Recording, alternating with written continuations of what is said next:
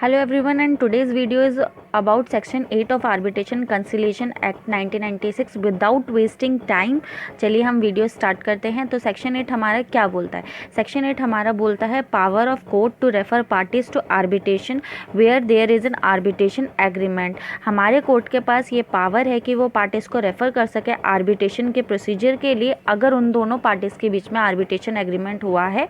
तो सेक्शन 8 का सबसेक्शन 1 हमारे ये बोलता है कि अगर जुडिशियल अथॉरिटी के पास कोई ऐसा मैटर आता है जो जिस आर्बिट्रेशन एग्रीमेंट से रिलेटेड है, तो ये हमारे जुडिशियल अथॉरिटी की रिस्पॉन्सिबिलिटी बनती है वो उस मैटर को चेक करें कि वो आर्बिट्रेशन के थ्रू डिसॉल्व हो सकता है कि नहीं हो सकता, आर्बिट्रेशन के थ्रू वो केस सॉल्व हो सकता है, ख़त्म हो सकता है कि नहीं। अगर वो केस आर्बिट्रेशन के थ्रू ख़त्म हो सकता है तो ये हमारी जुडिशियल अथॉरिटी की रिस्पॉन्सिबिलिटी बनती है कि वो उस केस को रेफ़र कर दे।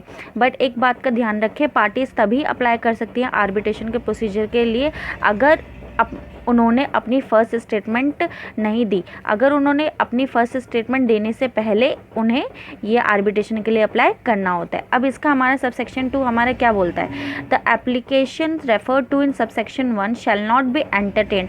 जो एप्लीकेशन हमने लगाई है सबसेक्शन 1 में रेफ़र करने के लिए, वो तब तक नहीं हो सकती unless it is accompanied by the original arbitration agreement और a duly certified copy there of.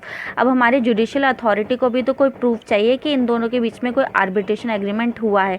तो जो पार्टीज़ हैं जिन्होंने रिक्वेस्ट करा आर्बिट्रेशन के लिए, वो क्या लगाएंगे? या तो original arbitration agreement as a proof लगाएंगे कोर्ट में, या उसकी कॉपी। ये है हमारा सबसेक्शन 2। थर्ड हमारा बोलता है सबसेक्शन 3 कि notwithstanding that an application has been made under subsection 1 and that the issue is pending. अगर सबसेक्शन 1 अगर हमारी रिक्वेस्ट पेंडिंग में है और अलग से before the judiciary authority and arbitration, अगर अलग से हमारा आर्बिट्रेशन प्रोसीजर चल रहा है अलग से, तो वो रुकेगा नहीं हमारी कोर्ट के फैसले के लिए। वो प्रोसीडिंग्स चलती रहेंगी। आर्बिट्रेशन के प्रोसीडिंग्स को कोर्ट के प्रोसीडिंग से कोई लेना देना नहीं है, वो प्रोसीडिंग अलग से चलती रहेंगी। तो ये था हमारा सेक्शन 8। तीनों को समझाने के लिए एक छोटा सा एग्जांपल ले लेते हैं। एक ए पार्टी है, एक बी पार्टी है, दोनों के बीच में आर्बिट्रेशन एग्रीमेंट हुआ। अब दोनों पार्टीज कोर्ट के पास चली गई, कोर्ट के पास गई हैं दोनों पार्टीज। अब कोर्ट के पास गई, मैटर चल रहा है। अब कोर्ट को ए ने ये रिक्वेस्ट करा कि आप उन्हें आर्बिट्रेशन के प्रोसीजर के लिए भेज दें। अब क्योंकि कोर्ट ए ने अपनी फर्स्ट स्टेटमेंट नहीं दिया और उसने ये रिक्वेस्ट कर दिया है कोर्ट को कि वो आर्बिट्रेशन के प्रोसीजर के लिए उन्हें रेफ़र कर दें। अब ये कोर्ट देखेगा कि ये इन दोनों के बीच में जो मैटर है वो आर्बिट्रेशन के थ्रू सॉल्व हो सकता है कि नहीं। अगर कोर्ट ये कह देती है कि आर्बिट्रेशन के थ्रू सॉल्व हो सकता है और ये चेक कर लेती है पूरी तरीके से, तो वो उन दोनों ए और बी पार्टीज़ को आर्बिट्रेशन के प्रोसीजर के लिए रेफ़र कर देगी।